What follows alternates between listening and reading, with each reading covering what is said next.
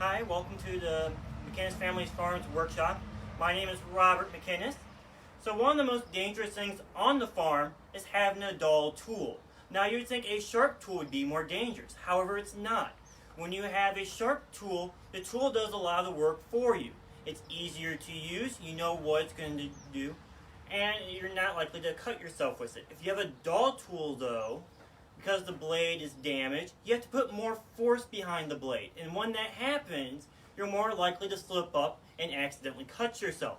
And being out here in the farm, the doctor's all the way in town. So if something were to happen, it could be a fatal mistake out here. So we need to make sure all of our tools are sharpened. And we do a lot of our sharpening. There's this tool right here, the grinding stone. The grinding stone is a tool that dates back as early as the 1st century that we have known depictions of it. Back then it was just a round stone that you would turn by hand. By the 14th century they added the handle on it to turn it. And by the 15th century they added a treadle pedal to it to help move it as well. So the wheel is a sandstone wheel. It's nice and coarse and it will help remove and shape the metal on our blade. Over here we have a stone that is not on the frame. That's it right there. And we also have some tools over here that we use to sharpen on the stone. For example, we have a froe that's used to cut blocks of wood. We have an adze, which is used to make planks. We have our axe. We got chisels.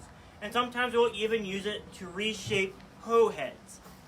Every once in a while you'll hit a rock and it'll get bent out of place. You can easily shape it back out with the grinding stone here. Now here on the farm, a lot of times we'll have one of the children, like one of my little siblings, turn the stone for us so we can put all of our efforts into shaping the blade and how we need it. If we are alone, you also have the treadle pedal right here. However, one of my brothers broke the treadle pedal and it no longer works. So now if we want to use the stone, we always have to use the handle now. Now you might be wondering about the cup up here. The cup up here is used to wet the stone. We have to wet the stone for a few reasons. One, it'll help keep the stone and the blade cool as we're working with it.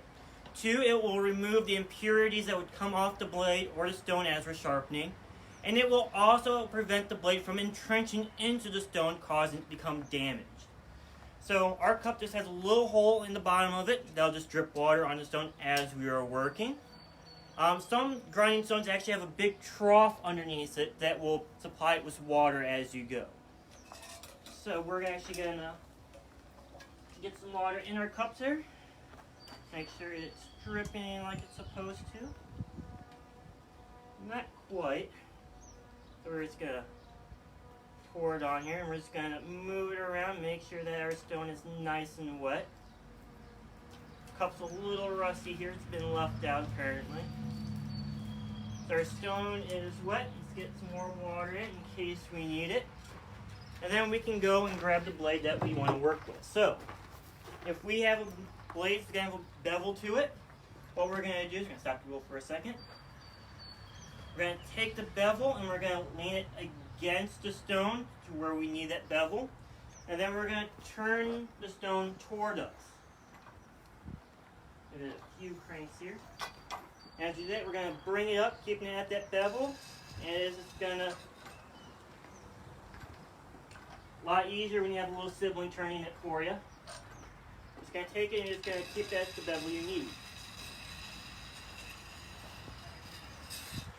And eventually it's going to reshape that blade, take out all the little nicks and whatnot, and make it sharp again. So if we have a tool that has a double bevel, kind of like an axe head here, the way we'll sharpen that is as the blade is moving, we'll take it and we'll go one direction, counting how many seconds we are going on that side.